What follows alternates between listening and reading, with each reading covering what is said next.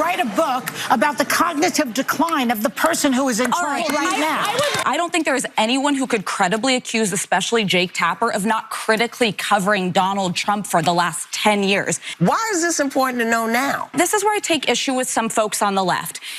We stand with journalists, we stand with the free press when they're going after their opponents like Donald Trump. Well, Alyssa Farah Griffin on The View was the only lady on that panel who was willing to call out the Democrats or liberals in the media who are in fact hypocrites on this issue. They love to support journalists unless the journalists are providing some constructive feedback in regard to how the American people are feeling about the Democratic Party and how they were feeling about Biden's very obvious mental decline. Remember, poll after poll leading up to the 2024 presidential election indicated that the majority of voters, including the majority of Democratic voters, were worried about Biden's age. But the party ignored those polls and moved forward with Biden anyway, and they paid a price for that. Jake. Yeah, so they don't really want journalism. They like journalists when journalists were providing cover for establishment politicians. They want propagandists. Right, but the minute they stop doing any kind of propaganda, even in hindsight, they're like, not good enough. Because we don't want journalism, we want propaganda. And so that's why they're mad at Jake Tapper now. Before, they loved Jake Tapper. When Jake Tapper was looking down his nose at anyone who suggested Biden was too old, The View loved him. And they're like, what a great journalist. But now that he's actually reporting things that are true, they're like, yuck, things that are true. No, we don't like those kind of journalists.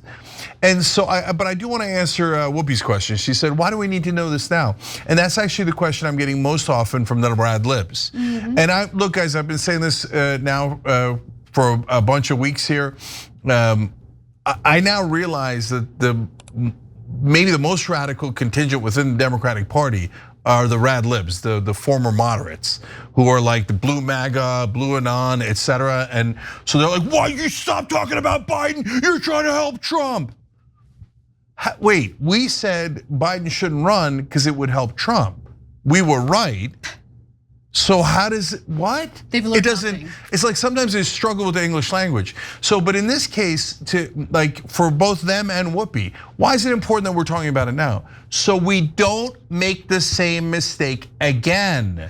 Because the next time they're gonna tell you, don't trust your lying eyes, don't trust your ears, and don't worry, Whoopi knows, The View knows that the corporate Democrat is the one you have to back. The corporate Democrat is the one that's gonna win, right? Populists, no, populists can't win. And they'll say it with a straight face. So I mean, they're saying it with a straight face now. They are, so wait for an incredibly illuminating video featuring one of the authors of Original Sin, reporter Alex Thompson. He says something pretty devastating about the media and what they're willing to believe, so stick around for that. But before we do get to that clip, the ladies of The View are absolutely losing it over the revelations that are coming out as a result of Jake Tapper and Alex Thompson's new book on Biden and his mental decline titled Original Sin. I want to show you the first clip. Let's take a look. If you're telling me that hundreds of people knew that he was not able to do his job, then where the hell was everybody? Jake is my former colleague. I know him well. He's a friend. He's a terrific journalist. He said that 99% of what is reported in the book was discovered after the election. So I think we can put that part to bed about journalists holding on information until so that they could make money off their book. What I do think that we should be very, very concerned about are the people that were in the Trump administration that did hold on to information about how Trump was conducting the presidency so that they could make money off of their book.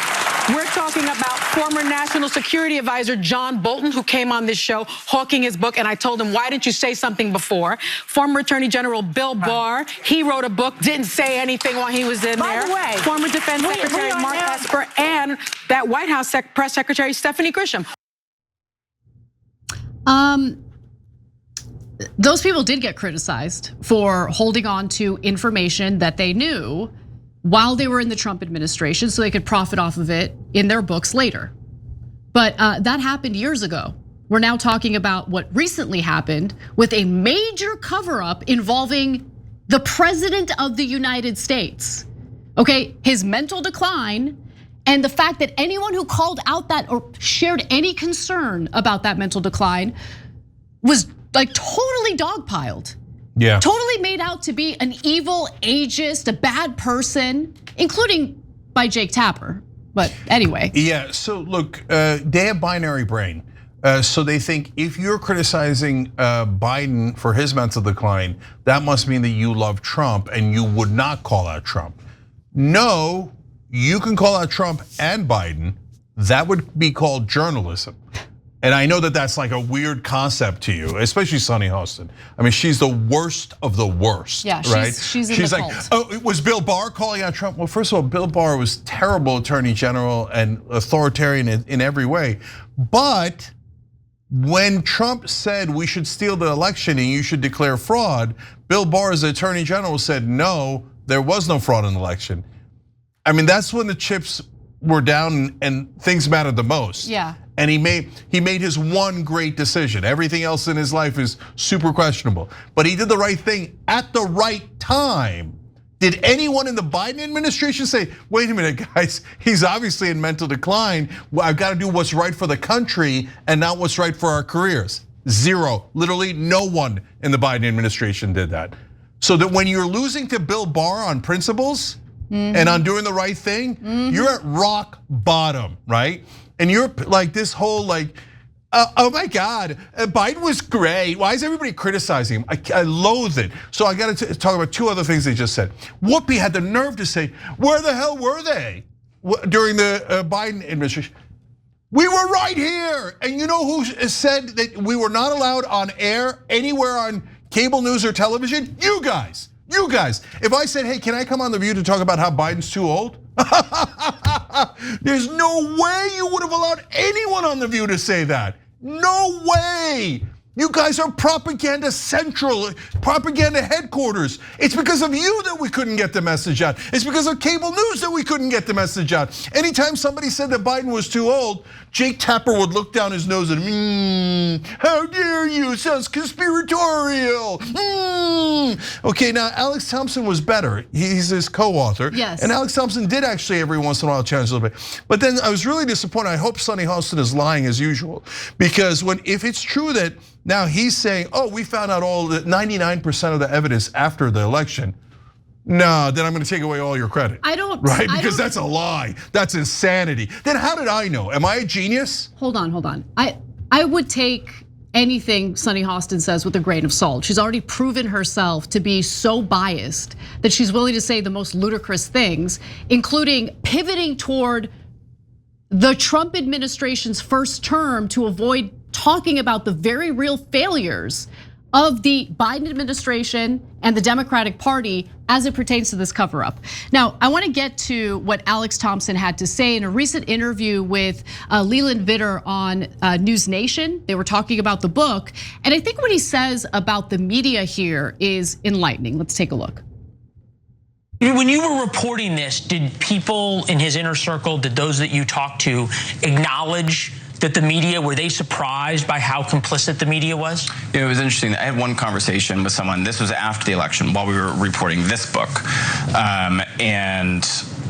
This person said, listen, yes, we deserve blame for X, Y, Z. We were hiding him, this person also sort of got in my face and they said, listen, the media deserves some blame too. Like, we were sort of amazed at some of the stuff we were able to spin and get away with on. They in some ways, it's like the bank robber complaining that the safe wasn't locked or something. They're just like, you guys should not have believed us so easily. And I thought that was like a really interesting. But I also think that's true. I think the media, in a lot of ways, just was not skeptical enough and did not remember the lesson that they do it to different degrees, but every White House lies. If a politician is talking and you're the journalist hearing what they're saying, you should automatically assume, the automatic assumption should be that they are lying. So you have to fact check what they're saying. You have to dig in, you have to investigate. But look, when you hear right-wingers argue that the legacy media or mainstream media has a liberal bias, this is what they're talking about. This is what they're talking about. Yeah. Because the media, I think most people employed in these places, on these platforms, and in these papers do seem to lean more, toward the Democratic Party. No, I actually disagree with that. Really? Yeah, and I'll tell you why. So I understand what you're saying. So no question on social issues, they're more on the left, they're more Democrat. 100%, yes. Yes, so I acknowledge that 100%. So, but when you're talking about the core issues that we care about, economic issues. Oh, that's different. They're not liberal at all, at all. What they are is they have a massive pro-establishment bias. So if Mitch McConnell and Joe Biden do a crooked deal where they make the Bush tax cuts permanent for the rich, the media loves that. And I know I covered it. I've been here for over 20 years now. I've covered all of these. When Mitch McConnell broke the record on filibusters and changed how filibusters were done from like a rare exception to we vote down anything that helps the American people, the mainstream media loved it. And they ran cover for him and they pretended that that's what they always do with the filibuster. Every dirty corporate deal that the Republicans and the Democrats have done together, the mainstream media was like, bravo, bipartisanship, corporate rule is the greatest thing on earth. That ain't liberal, that ain't progressive, that ain't left. That is hardcore corporatist, okay? And normally in the old days, I would have called it right wing, but I'm not even sure it's right wing anymore. No, it's not, that's not, right? That part of it isn't really partisan. It's just pro-corporate. Yeah. So, and then, to your point, Anna, about you assume that they're lying. Guys, here's what we mean by that. You shouldn't, if a politician says something, you shouldn't print the opposite because you assume they were lying. No. No, you have to fact check. Yeah, and what it is a rebuttable presumption, right? This is a concept that exists in law. So in some cases, that your presumption should be, this guy is in it for himself and he's doing it because of his own personal interest. For a politician, that is an excellent assumption, but it can be rebutted. Like, if you found out, hey, no, it turns out Bernie's not in it for himself. He turned down corporate PAC money and he actually proposed bills that are for the average guy. Okay, the presumption has been rebutted. But if your rebuttable presumption is the politician is awesome and wonderful and honorable and honest, you're a bit of a moron. And you shouldn't be in news at all, And yeah, I mean, 100% in your face. And that guy who, according to Alex Thompson there, was basically saying, hey, you guys let us get away with it. That is the most true thing I have ever heard from anyone in government. Yep. And they all laugh their ass off at these losers in mainstream media. They're like, watch, we'll tell them anything. We'll tell them that Israel has the most moral army on earth. I bet they all repeat it like morons. And there they are, they're like, Israel has the most moral army. They just slaughtered 16,000 children, but they have the most moral army, human shields, Hamas. You could tell them, hey, you know what? If you don't negotiate drug prices, that's great capitalism. No, that's the opposite of capitalism, right? No, we will report it as great capitalism. And if you're against that, you're a radical. That's so, come on, guys. You're in the propaganda business, you just don't know it. So will they ever learn anything from any of this? I don't think so. There's no chance. That same Jake Tapper and even Alex Thompson will be back the next time in a Democratic primary telling you, no, the populace, boo, boo. No, the corporate Buttigieg. I mean, if he says he speaks 6 languages and that he learned Norwegian to read a book, then we will report it as if it's true. They literally did report that. They literally did report that. Okay, and if you challenge them on it now, they're like, what do you mean? What do you mean? That's beloved Buttigieg. Do you know how much he's delivered for the donors? And it doesn't help that they were as gullible as they were in regard to Biden's mental decline. And then at the same time, right now as we speak, they kind of look down their noses at the so-called podcast bros. The podcast bros had such an influence on the election. Maybe ask yourselves why it is that people were more trusting toward random Joes, right? That decided to launch podcasts, comedians, entertainers, whatever. Why were the American people more likely to hear what they had to say in lieu of consuming your news show or paper, whatever it is? Now, I want to go to one final element to the story because now that Original Sin is out, more and more revelations about the Biden campaign are coming out. And I thought that this was really interesting because it goes to the heart of the incentives and disincentives within the Biden camp. Why was there a cover up? It's not just about protecting Biden. You think people, look, maybe some of them care about Biden. I don't think that's what this was about. I think this is about people who wanted to keep their jobs. They wanted the gravy train flowing for another 4 years. And the best example of that is Mike Donilon. Okay, Mike Donilon was the chief strategist for Biden's 2024 presidential campaign. And according to Original Sin, he was paid handsomely for that role, disproportionately so. So back in February, by the way, Donilon claimed that the Democratic Party lost its mind when they ousted Biden from the party's ticket, saying the Democratic primary voters chose Joe Biden to be the nominee of the Democratic Party leadership, and the biggest funders in America didn't. Then he said, by the way, again, I want to reiterate, poll after poll after poll after poll showed that Democratic voters were very much concerned about Biden's age, but they chose to ignore that. Lots of people have terrible debates. Usually the party doesn't lose its mind, but that's what happened. It just melted down. No, dude, his brain melted down. Let's talk about why he was saying those things. Did he actually believe it, or was he, supporting Biden's re-election campaign specifically because there was a lot in it for himself? Donilon had been part of Biden's inner circle for 40 years. Biden loved him, which is why he told his campaign, pay him whatever he wants. He wanted $4 million. Oh, huh. 4 million. So let's review now. If Biden steps down from the race and we have a real primary, the Democrats pick the strongest candidate and maybe beat Trump. And that saves the Democratic Party and potentially the country. But Mike Donilon doesn't get $4 million. Or Biden stays in the race and costs the Democrats the election. Trump is elected, and according to Mike Donilon and everybody on the Biden team, we lose democracy, because they're the ones that were saying that. We lose democracy, but Donilon gets $4 million. Boy, that was a hard choice for him. But golly gee, he wound up picking the $4 million over democracy, the Democratic Party, and the country. That is so surprising. Let's go to the last graphic here, because the sum was orders of magnitude higher than the pay for other top aides. Campaign chair Jen O'Malley Dillon made $300,000 and illustrates the standing held by Biden's innermost circle of advisors. Many former Biden officials remain bitter at Donilon for making so much money and, in their view, guiding the campaign into disaster. Look, guys, we talked about elder abuse, and there's a lot of blame to go around.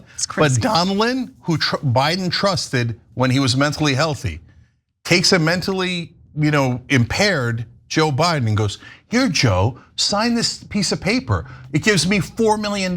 It gives me well over 10 times what your campaign manager is getting, right? But yeah, Joe, you want it, Joe. Come on, do it, Joe. Give me the money, Joe, and stay in the race. Whatever you do, don't listen to anyone else. You're totally fine, Joe. Give me the money and stay in the race, right? That's who Donilon is. These people sold us out. Okay, and they should never, ever work in Washington again. But since they're corporate whores, they'll be the first to get a job. First to get a job, I guarantee it. Donilon, you think he's out of politics? No way. He'll be an insider, and he'll be backing the next corporate Democrat that all of mainstream media will tell you, don't believe your lying eyes or ears. The corporate robot here is actually the best candidate, right?